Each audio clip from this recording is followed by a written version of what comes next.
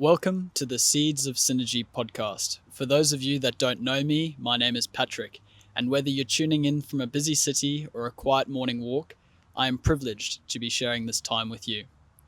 Today will be the first of a long line of contemplative ponderments, and we'll be exploring what energy, frequency, and vibration actually mean, and how do they inform the way we live, create, and relate.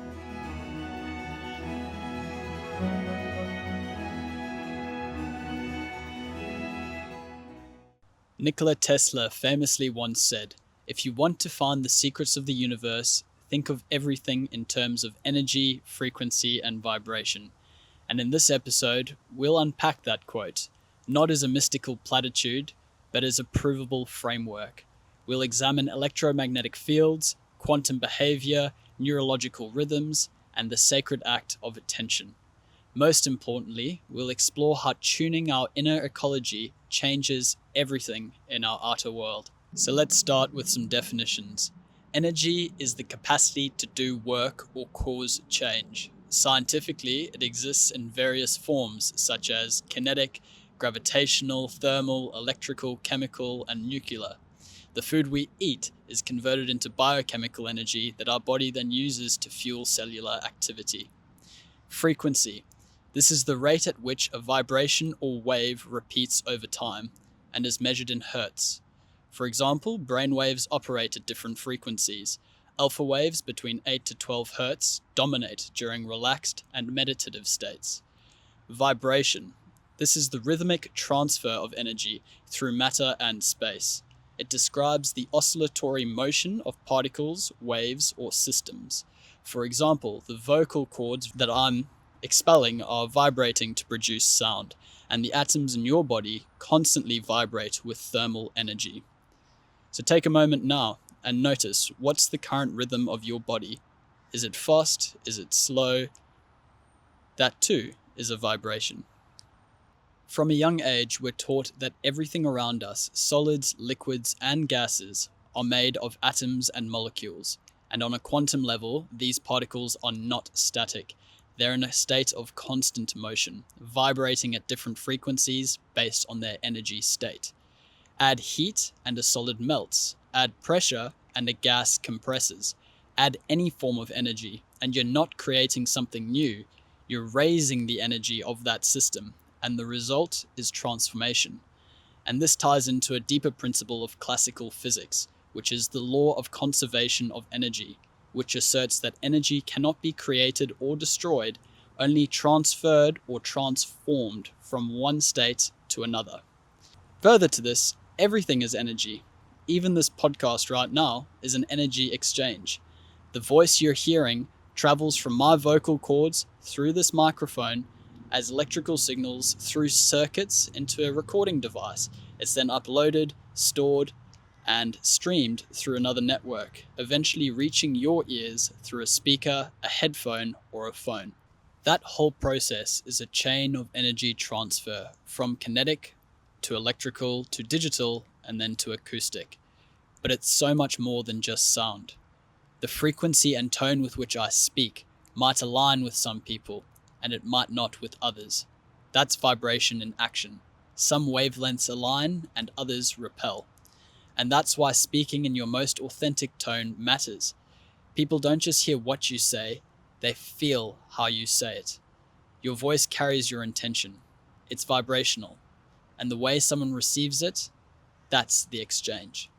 So when we speak about personal energy, emotions, attention, mood, we're speaking about the same universal truth. Energy is always present. The question is, where is it flowing and what state is it taking? Our biology is resonant by nature.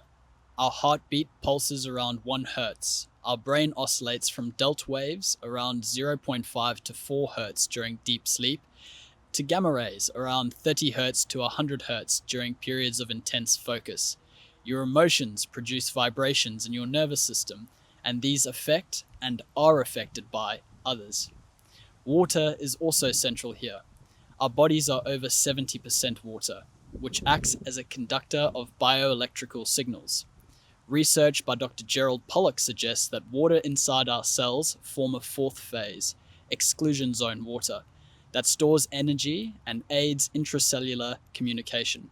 Staying hydrated supports clarity, conductivity, and coherence within our resonant field. And it's not just modern science. Many ancestral traditions, from Chinese meridians to Indian chakras, have long viewed the body as a dynamic energy system. And today, physics is catching up with what indigenous cultures have always intuited. We exist inside a vast electromagnetic spectrum, ranging from gamma rays to radio waves, and human senses are only able to perceive less than 1% of the electromagnetic spectrum. The visible spectrum, which are the colors that we see, is only a narrow band within a much greater cosmic orchestra. And even though we can't see it, we're constantly immersed in electromagnetic fields. Our brains emit electromagnetic waves. Our hearts generate fields that have been measured from up to 3 meters away. And according to research by the Heart Math Institute, the electromagnetic signal from the heart can synchronize with those around us.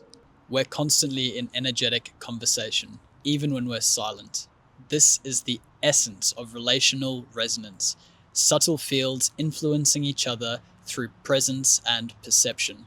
Now let's talk about the double slit experiment, a foundational quantum physics study first performed by Thomas Young in 1801, which showed that when electrons are fired at a screen through 2 slits, they behave like waves and create interference patterns until they're observed. When observed, they collapse into particles. Just the act of observation alone changes the outcome. This is called the observer effect. This is more than a theory. It's demonstrated reality. It tells us that awareness isn't passive, it participates. And whether you interpret these effects as quantum behavior, spiritual symbolism, or intuitive resonance, the message is the same.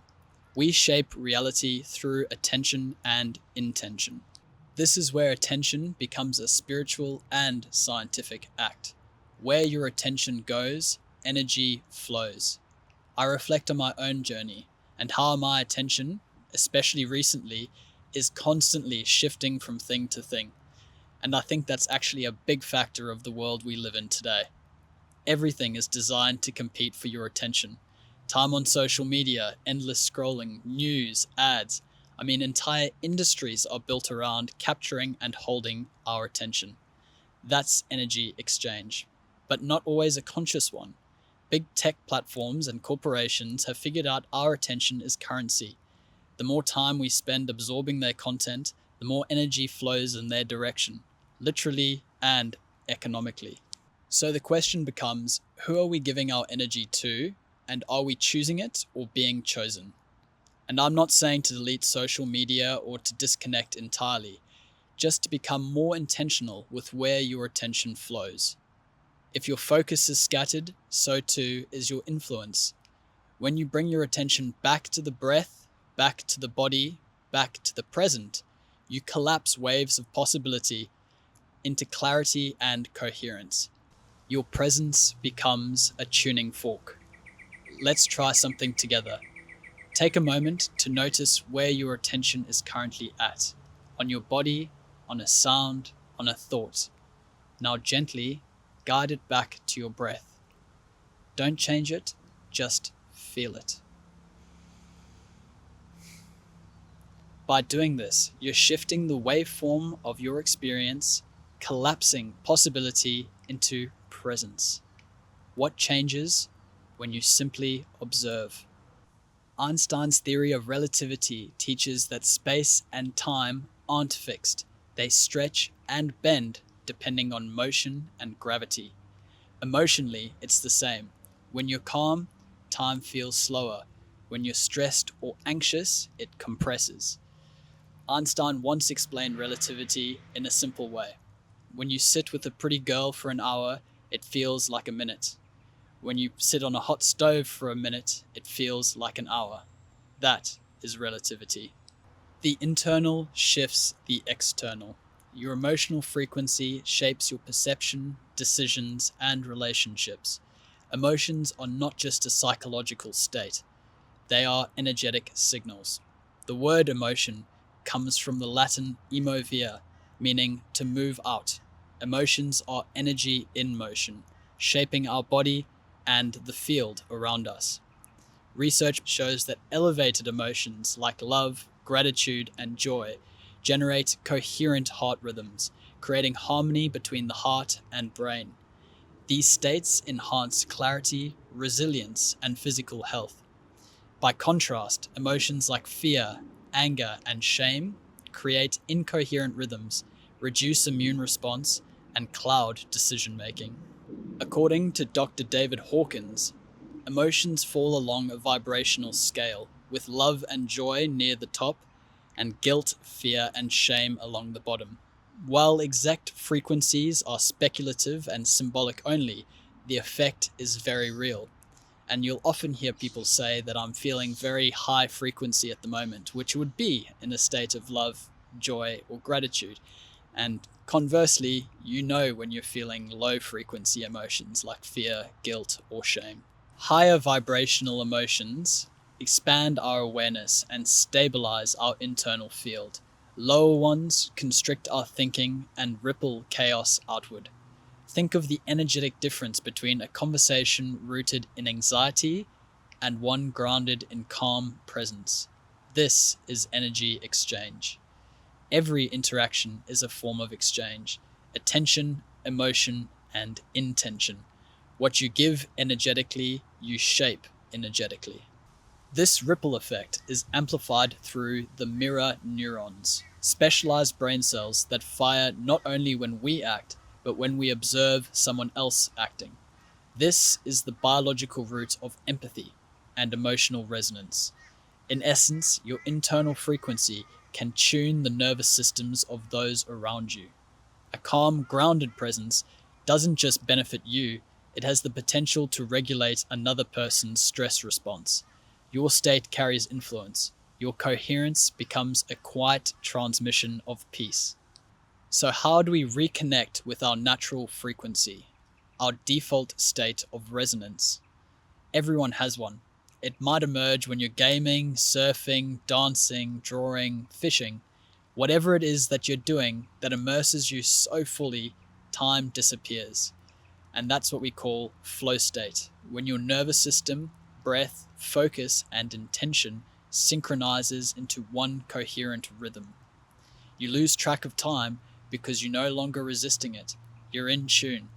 These are not just fun moments, they're reminders of who we are when the noise drops away.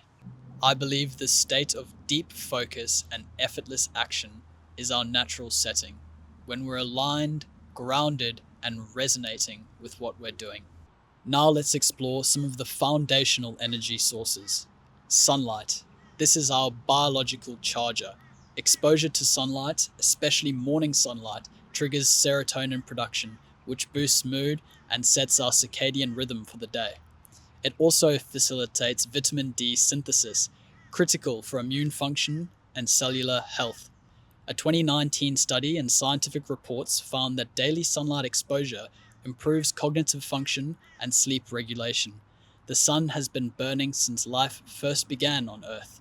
In fact, all life as we know it is sustained by this ancient star. Fossil fuels, plants, and even the food we eat all trace back to the energy the sun has emitted over millennia.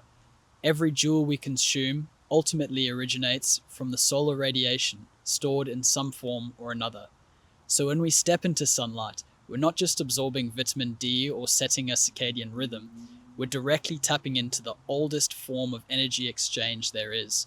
We're reconnecting with the original frequency of life itself. Sleep. This is where we reset and recover. Deep sleep restores brainwave coherence and hormone balance. During rapid eye movement or REM sleep, neural networks reorganize, emotional experiences are integrated, and the body recalibrates its energetic state. Our diet provides biochemical energy. Whole, living foods carry more coherent energetic tone than processed alternatives. Foods rich in phytonutrients like greens and berries carry resonant vitality aligned with body regeneration. Movement, especially outdoors, elevates mitochondrial efficiency, enhances endorphins, and circulates stagnant energy in the body, moving us into dynamic flow states. Sound and music. You might have noticed the classical notes that open this episode. Spring from Vivaldi's Four Seasons. I chose this intentionally because classical music has been shown to have measurable impacts on the body and brain.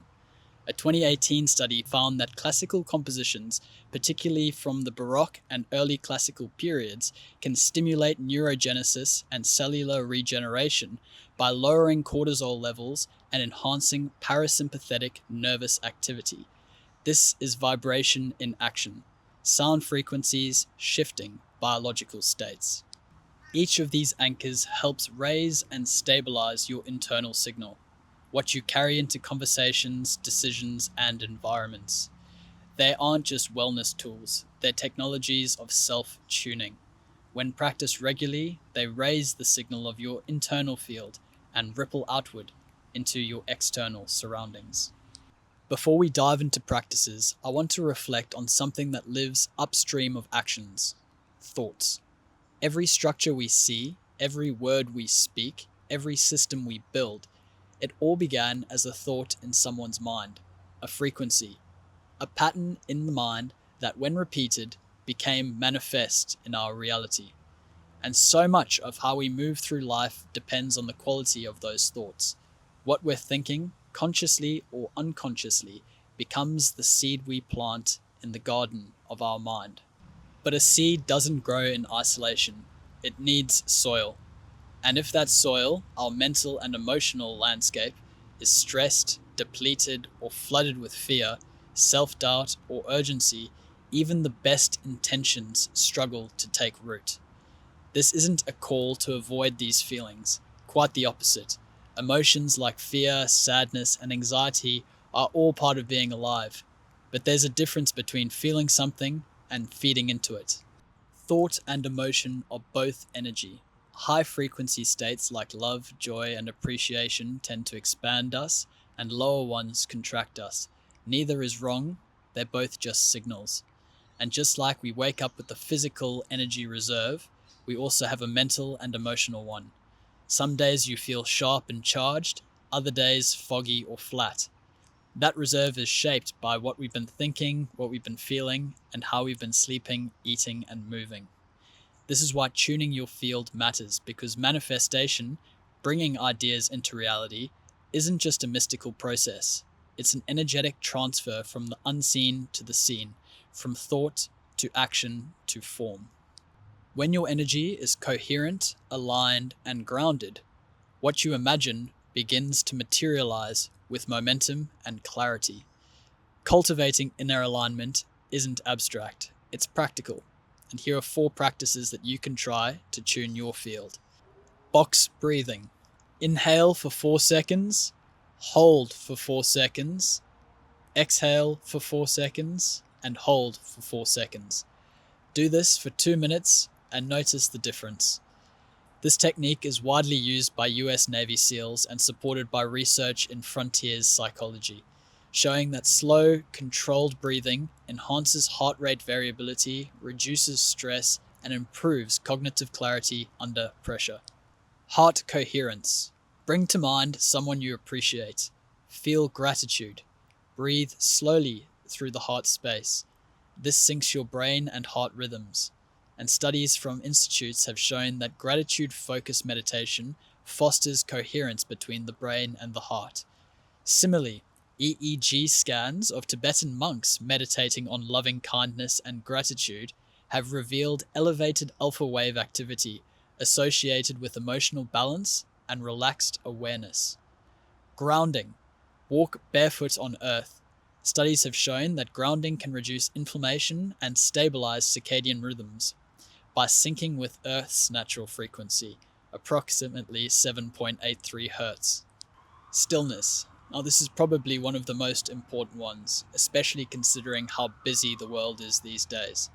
So, first thing in the morning, spend 2 minutes in complete stillness. Eyes closed, no agenda, just listen to your own field. Even brief stillness has been shown to reduce neural noise and increase clarity in the brain's electrical activity. None of these need to be perfect. You don't have to master them all at once. Even 1 minute of conscious breath work or 2 steps barefoot on the earth can start to shift your frequency. And I'll be completely honest, from my own experience, I had a lot of frustration when starting out, realizing how busy and unquiet my mind has been. But little by little, day by day, I've noticed an improvement and have started to really hone in my attention. And here's your invitation. For the next 24 hours, conduct a personal bandwidth audit. What does that look like? So first, observe your internal frequency. What states dominate your day? Is it peace? Is it tension? Is it enthusiasm? Notice the energy exchanges.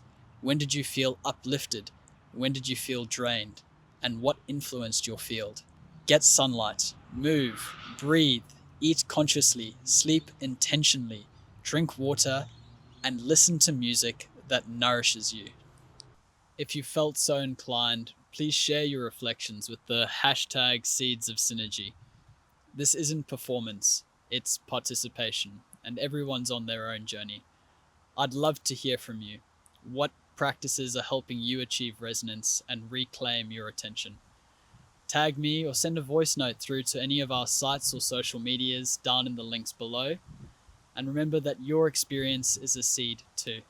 You are not separate from the world you shape. You are its signal. You are its tuning fork, its resonance, its rhythm in motion. And like the notes from Vivaldi's Spring, your inner harmony has the power to shift the outer soundscape. I think it's important to acknowledge my own imperfections. In no way, shape, or form am I saying that I embody all of these practices holistically yet. I'm working towards it, but even just by being more aware and observing my emotions and thoughts as they arise throughout the day, I'm seeing a gradual shift towards the life that I want to live, the people I want to engage with, and the experiences that I want to have. It's a continuous lifelong journey, but it would be such a privilege if you felt inclined to come along on this journey with me. No pressure though. If something from this episode landed with you, please share it. By you sharing it, it helps this work reach the people who need it most, and it helps build the community that we're growing together. Thank you for walking this path with me. Thank you for listening, not just with your ears, but with your field as well. Until next time, breathe consciously, vibrate intentionally, and keep planting seeds of synergy everywhere you go. Thank you. Until next time.